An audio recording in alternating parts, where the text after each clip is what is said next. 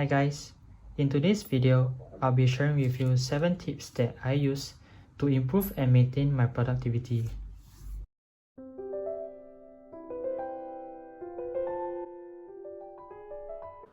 The first and most important tip is to have a good night rest. This is so that we can be in tip-top condition for the next day. To have a good day, we definitely need to have a good night the day before. Of course, it will be best for you to eliminate screen time at night, such as by meditating or by reading a book. But personally, I really can't do those two things as a preparation for the night. I sadly need my screen time so that I can watch shows and find entertainment to help me relax. What I try to do is to build a routine. So maybe every night when I'm in my bed, I will just watch one episode of a show and then go to bed. So in a sense, I am conditioning myself to sleep after every episode. Of course, sometimes you will get enticed by cliffhangers or maybe recommendations from your YouTube videos. What I like to do then is to just put down my device for maybe 5 minutes, close my eyes and then go to sleep. After a while, I will find that the urge will be gone and I'll actually feel sleepy. Definitely try to sleep early if possible so that you can wake up early and maximize the next day. The second tip probably depends on your preferences, but as a morning bird myself, I like to wake up early. The early periods of the day are the time where I feel that I'm the most productive. Also, when I engage in productive stuff early in the morning, it just sets the rest of my day right. Waking up early also lets me set more time for breaks, since I will have more hours available in the day to do my activities. On the other hand, if I woke up in the afternoon, maybe let's say 1 to 2 p.m., I will already feel like half the day is gone and there's so little time left. So waking up early is quite a big thing for me to start being productive and set the tone right, and to allocate proper breaks for myself. I'm very guilty of doing this most of the time. Whenever I wake up, I immediately off my alarm, and with the phone in my hand, I will open up and simply browse media and watch YouTube on my bed. After a while, about 30 minutes to 1 hour will have passed, and sometimes it even goes up to 2 hours, and I'll be like, I find this to be bad, firstly because it's a huge waste of time, and secondly, it doesn't set your day right simply by being lazy first thing in the morning. So, just use your willpower, use your rational instincts, whatever you can. Just don't make yourself get on the phone and browse media in bed. Anything but that. The fourth thing is to set tasks for the day using a to-do list. I do my to-do list digitally on the Mac cause, save paper. It's important as it allows you to go into the next day feeling driven.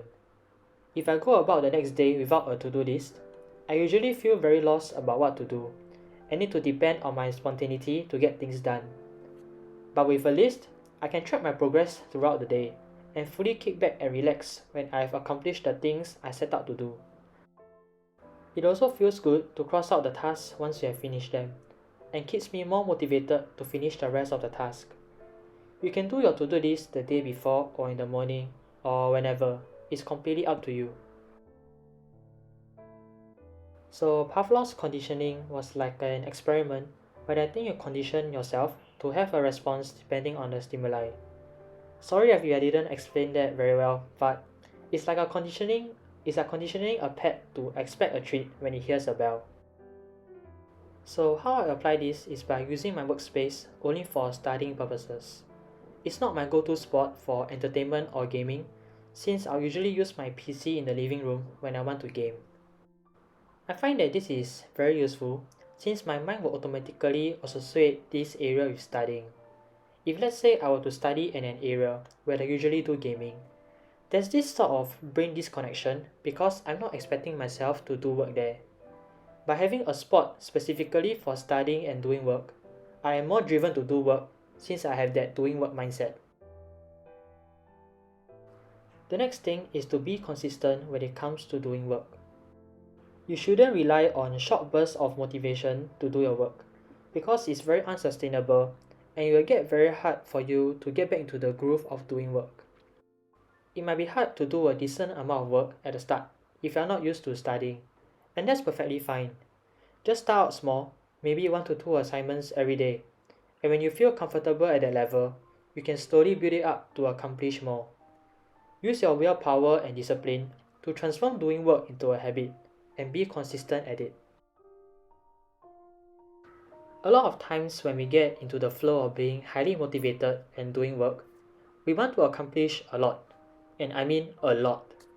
Maybe you want to finish studying 2 chapters of this, then 2 chapters of that, read 50 pages of a book, etc., and all in one day. It's important for you to realize it when you're overloading yourself too much. Like I mentioned in point 6, consistent effort is a lot more important. If you're accomplishing maybe 5 things a day, and you feel that that is good enough in your life for now, then just keep it at that. You don't need to compare yourself to your peers who are perhaps doing like 10 things every day. Comparison is the theft of joy. You will eventually burn yourself out, and it will become a lot more difficult to get back into doing work again after you have overcome the burnout phase. Just start small if you need to, and improve gradually until you reach your level of satisfaction. And maintain at that level if you're happy with it and it is adding sufficient value to your life. So that's all I have to share.